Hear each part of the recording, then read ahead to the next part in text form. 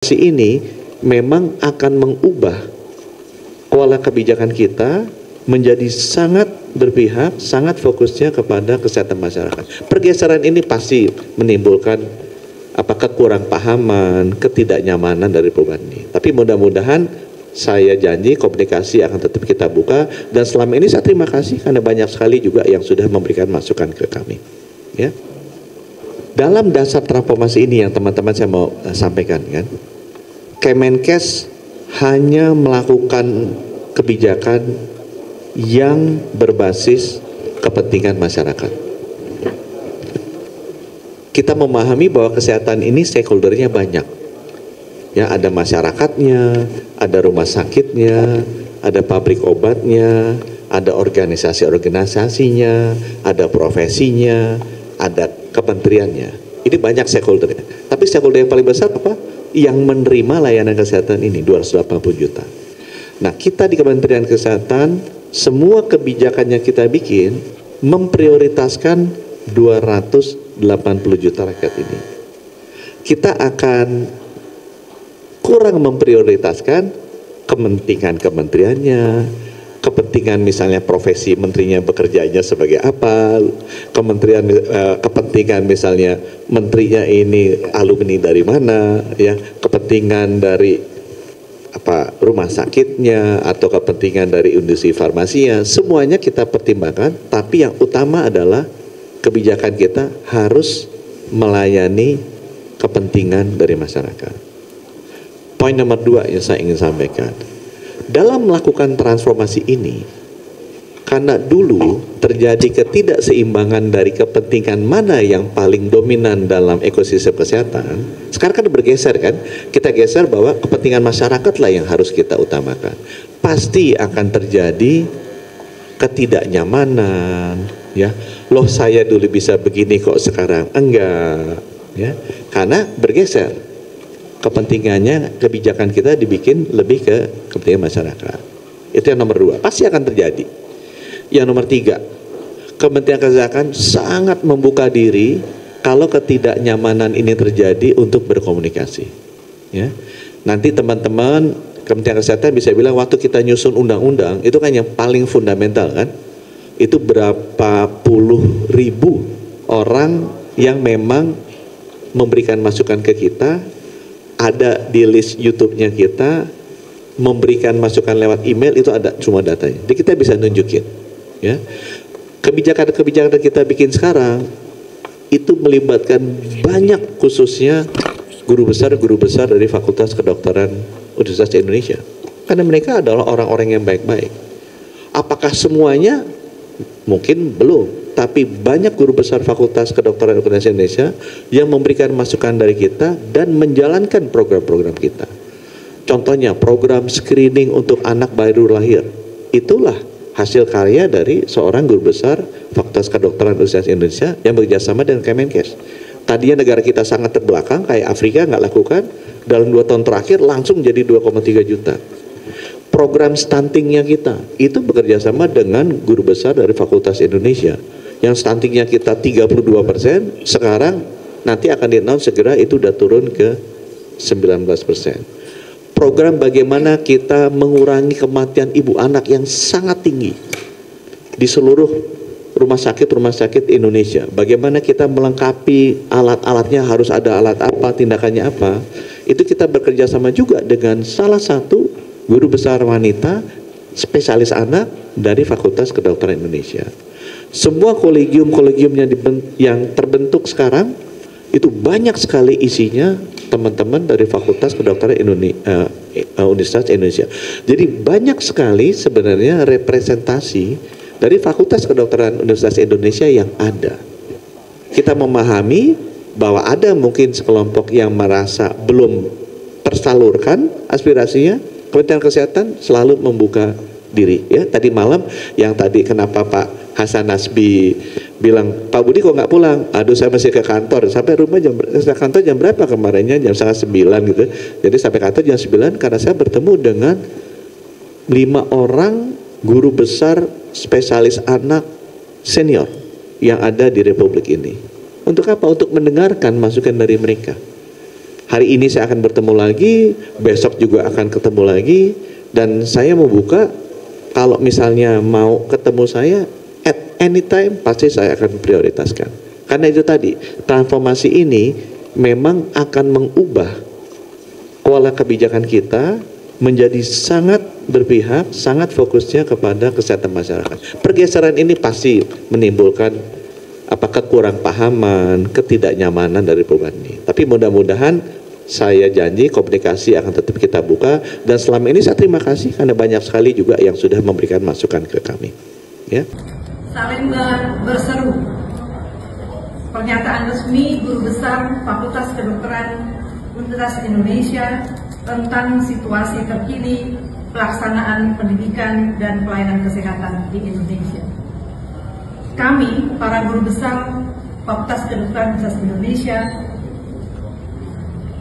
menyampaikan keprihatinan mendalam atas kebijakan kesehatan dan pendidikan kedokteran dari Kementerian Kesehatan yang berpotensi menurunkan mutu pendidikan dokter dan dokter spesialis, sehingga akan berdampak langsung pada kualitas pelayanan kesehatan masyarakat.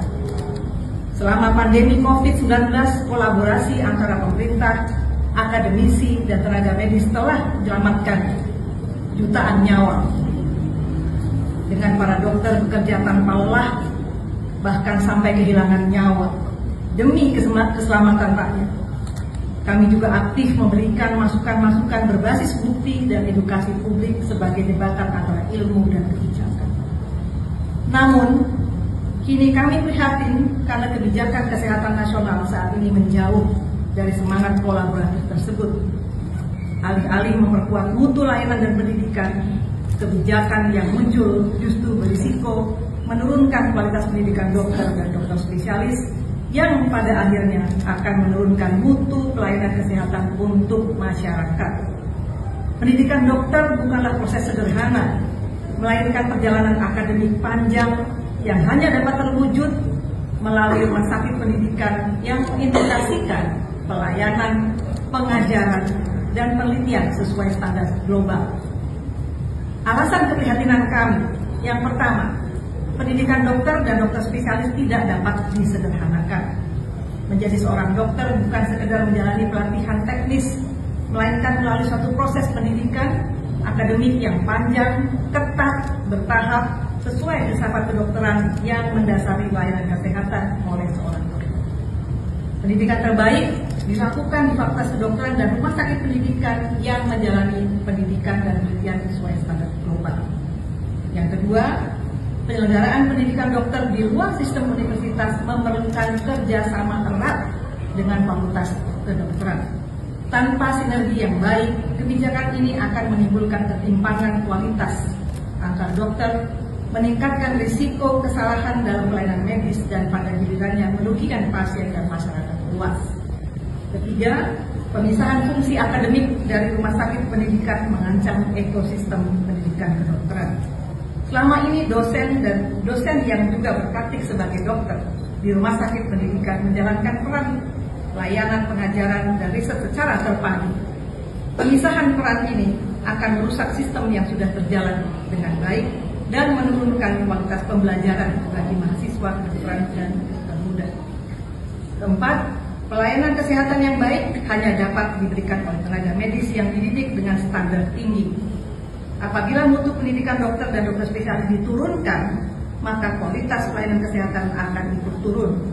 Hal ini akan berdampak pada meningkatnya angka kematian ibu bayi, prevalensi stunting, kasus TB, serta penyakit-penyakit tidak menular seperti TBC, seperti diabetes, hipertensi, dan sebagainya. Pada akhirnya rakyatlah yang akan menanggung akibatnya. Yang kelima, koordinasi restrukturisasi dengan institusi pendidikan setelah penetapan rumah sakit pendidikan utama. Ketika rumah sakit vertikal sudah ditetapkan sebagai rumah sakit pendidikan utama oleh Kemenkes, maka perubahan struktur termasuk pembentukan departemen dan mutasi staf medis yang ada harus dikoordinasikan dengan pimpinan institusi pendidikan.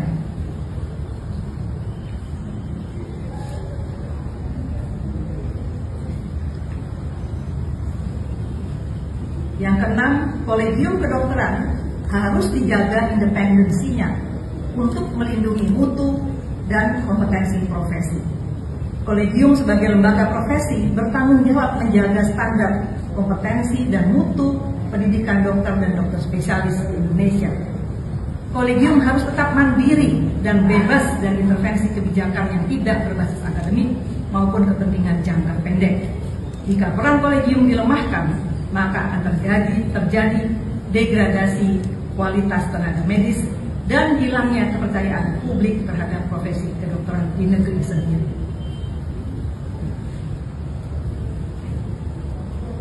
Ibu dan Bapak sekalian,